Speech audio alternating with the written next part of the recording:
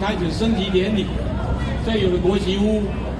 我今年有幸跟他见面，他说：“我不要你再来捐钱，我为你不要有任何的帮助，只要你来捐欢迎捐国旗。”我是说，对，我是说，希望大家到这边来，每个人都能够来参与这个庆典，也能够捐国旗，好不好？好。最后呢，我要讲，中华民国不应该只先在台湾，不应该先在台湾，应该走到全世界各地。我今年5月份把这边国旗带到了美国，带到白宫，我带到墨西哥，我最近带到了沙特阿拉伯。